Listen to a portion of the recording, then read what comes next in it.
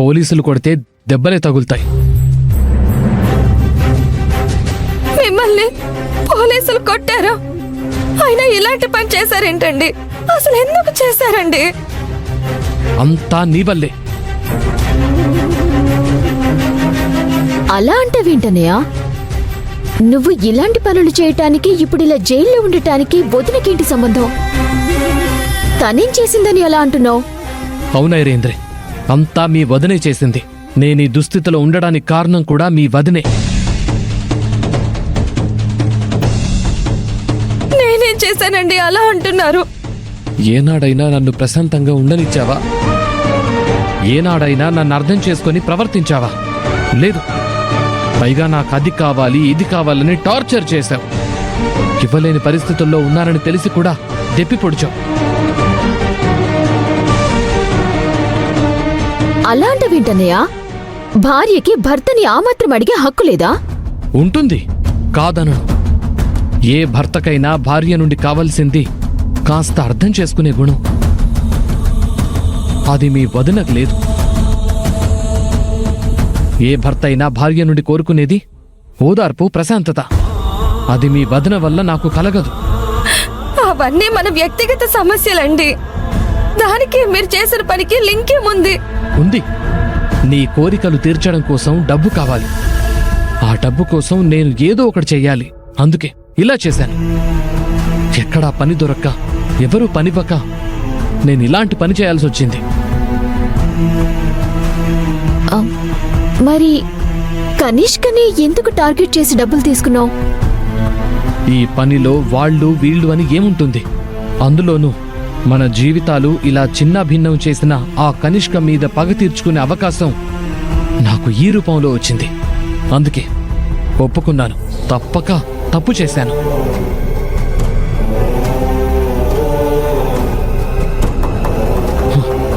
నేనిలా చేస్తానని గాని, చేయాల్సి వస్తుందని గాని, ఇలా పోలీసులకు దొరికిపోతానని గాని కల్లో కూడా ఊహించలేదు. కనిష్క మీద పగ మాత్రమే నాకు కనిపించింది, అంతే.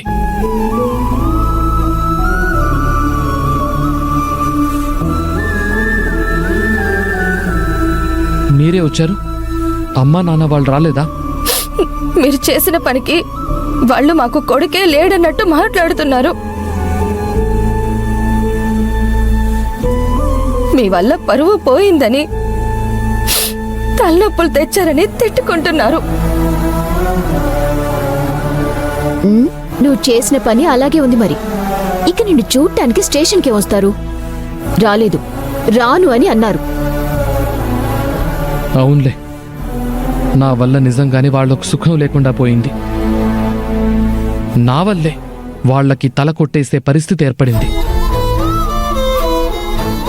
ఇక అమ్మా నాన్న నన్ను జీవితంలో క్షమించరేమో, నా మొహం చూడడానికి కూడా ఇష్టపడరేమో.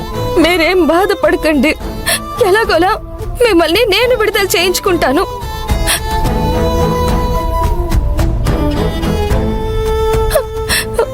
ఎస్ఐ గారు, నా భర్తకే పాపం తెలీదు. దయచేసి ఆయన వదిలేయండి. ఏంటి వదిలేయాలా? మీ ఆయన చేసింది మామూలు నేరం అనుకున్నారా?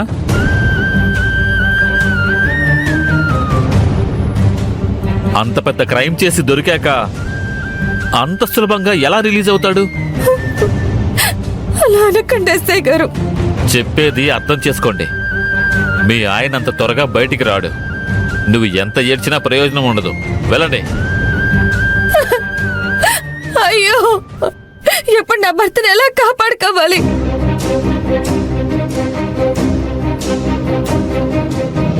ఆయన ఆదుకునేవారు లేరా?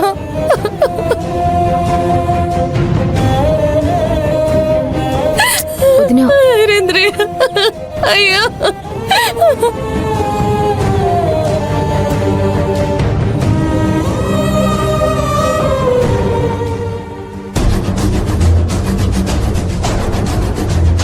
మీరు చూస్తున్న ఇదే ఇంట్లో ఆ స్కామ్ చేసిన దొంగల ముఠాలో ఉన్న రాజీవ్ అనే ఒక వ్యక్తి ఉండేది. కోట్ల రూపాయల డబ్బు తోచుకొని దొరికిపోయి కటకటాల వెనుక ఊచలు లెక్క పెడుతున్న ఆ స్కామర్స్ లో ఒకరైన రాజీవ్ ఇల్లు మీరు చూస్తున్నది ఇదే.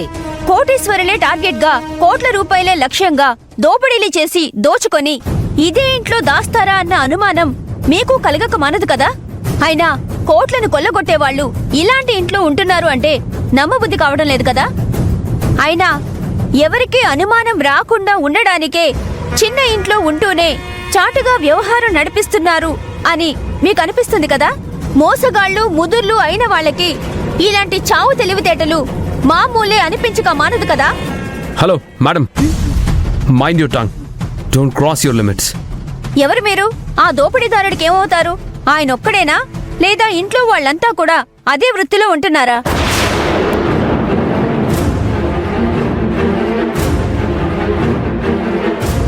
నేరం రుజువు కాకుండానే నేరస్తుడు అని ముద్ర వేస్తున్నారు. దోచుకుంది ఎవరో వివరాలు తెలియకుండానే దోపిడీదారుడు అనేస్తున్నారు. ఏ పాపం ఎరుగని వాళ్ళ కుటుంబాన్ని అల్లరి పాలు చేస్తూ పాపం చేసినట్టు చూపించేస్తున్నారు. ఇవేనా మీ మోరల్స్? ఇవేనా మీ రిపోర్టింగ్స్? తప్పు చేసి దొరికిపోయాక అందరూ చెప్పేవి ఇవే మేడం. మా డ్యూటీ న్యూస్ కవర్ చేయడం, నేరస్తులని వాళ్ళ ఇంట్లో వాళ్ళని ప్రశ్నించడం. ఇంతకీ మీరెవరు? మీరేనా రాజీవ్ అనే దోపిడీదారుని తల్లిదండ్రులు? అసలు మీ అబ్బాయిని ఎలా పెంచారండి? సమాజంలో ఎలా బ్రతకాలో నేర్పించలేదా? సమాజానికి మంచి చేయడం మీరు నేర్పించలేదా? లేదా మీరే దగ్గరుండి సమాజాన్ని దోచుకోవడం ఎలాగో ట్రైనింగ్ ఇచ్చారా? కోట్లు కొల్లగొట్టడంలో ఆరితేరేలా శిక్షణనిచ్చినట్టున్నారు. ఆయనొక్కడేనా? మీ ఇంట్లో వాళ్ళంతా అదే పనిలో ఉన్నారా?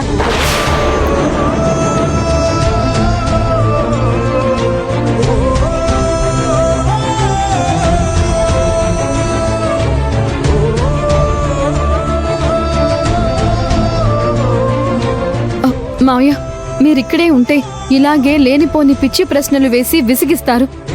అత్తయ్యకి అసలే ఒంట్లో బాలేదు. వెంటనే అత్తయ్యని తీసుకొని లోపలికి వెళ్ళండి మావయ్య. వెళ్ళండి మావయ్య. వేద, లోపలికి పద.